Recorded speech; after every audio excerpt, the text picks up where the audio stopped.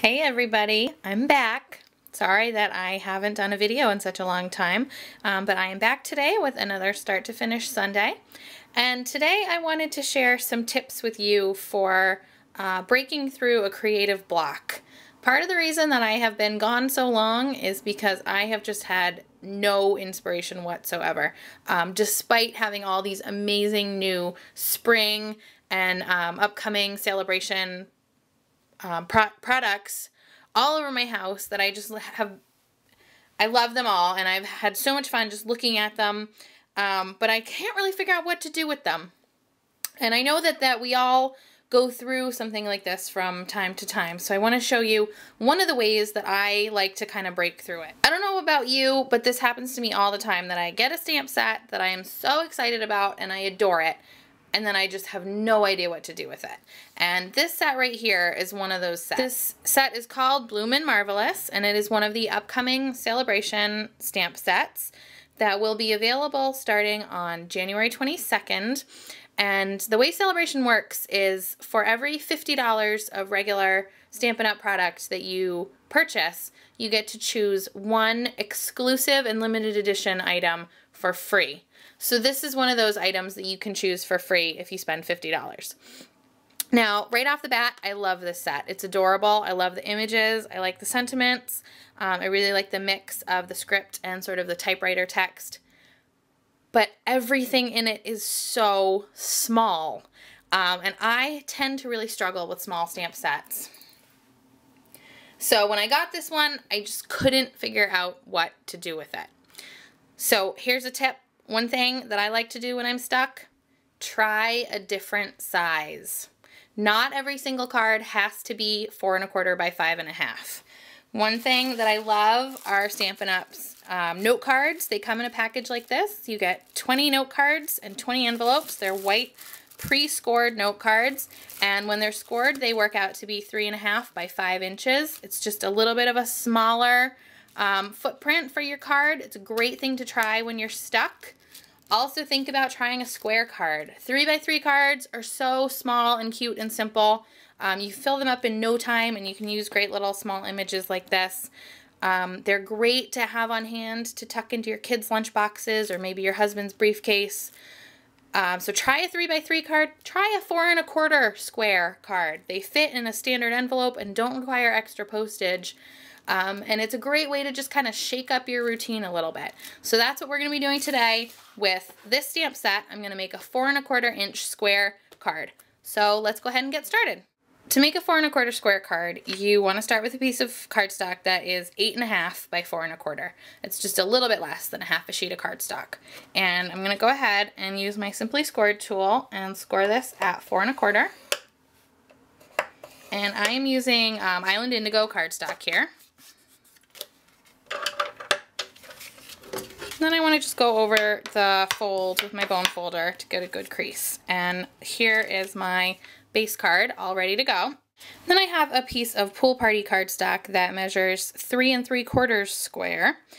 So that's going to leave us with a nice border on all 4 sides. Another tip that I use a lot when I get stuck is to play with white space. So this card is going to have a lot of sort of empty space on it.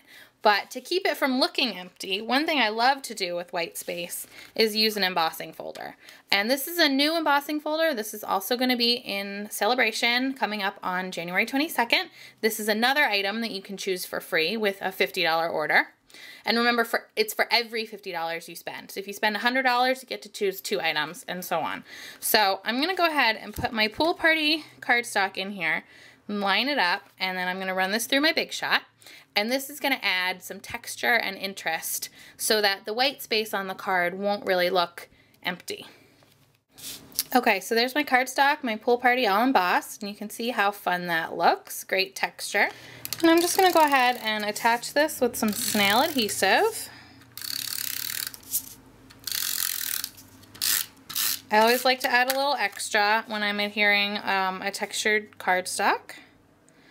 And I'll just center and stick that onto my card base. Okay, and already we're off to a great start. So now let's work on the focal image. That's going to be using this Bloomin' Marvelous stamp set again, and we're going to use the butterfly and the sentiment, "Oh Happy Day." And I just have a little scrap of Whisper White here that I'm going to do my stamping on. I'm going to ink the butterfly with a Summer Starfruit marker, just because that's the easiest thing for me to do here. It's what I had handy on my desk. Okay, and then I'll just stamp this. Okay, for my sentiment, I'm going to be using Tangerine Tango ink, and all of these colors that I chose today are inspired by the designer paper that I'm going to be using. So they might look a little bit random for now, but you'll see in just a minute how they coordinate.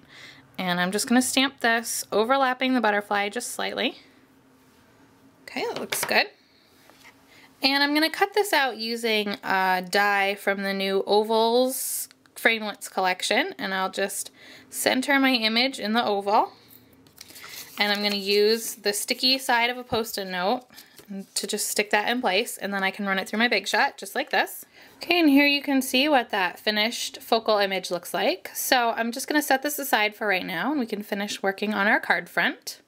I have 2 strips of designer paper here, and this you can see where I got the color combination from. There's the Summer Starfruit and the Tangerine Tango, Pool Party, and Island Indigo, all in this great polka dot, and then the Tangerine Tango in the stripe paper here. And this piece measures 3/4 of an inch wide, and this piece measures 3/8 of an inch wide. And I just cut them a little bit longer than I will probably need them because I'm going to trim them down. And this designer paper is called the Sycamore Street Collection, and it will also be available for free with a $50 order through Sale-a-Bration starting January 22nd. So the first thing that I'm going to do is just cut a little V shape in each of the ends. Or, I'm sorry, in one end of each of the strips.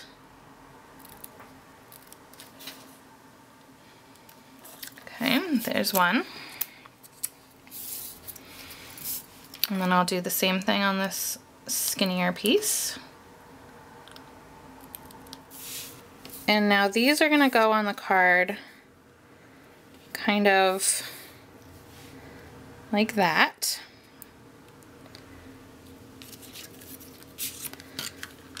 So I'll just go ahead and use some snail. And now I'm going to use my grid mat to help me line them up. So I'll just place this right where I want it, and I'm using the lines on the grid mat to make sure that it's straight. Okay. And put a little bit of snail on the back of this one.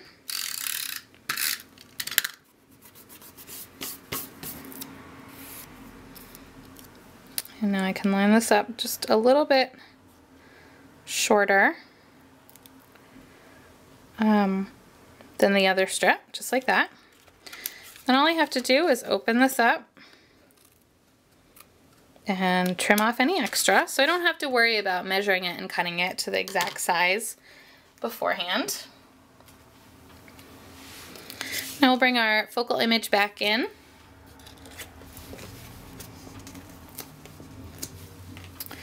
And I'm going to put a couple of dimensionals on the back of that.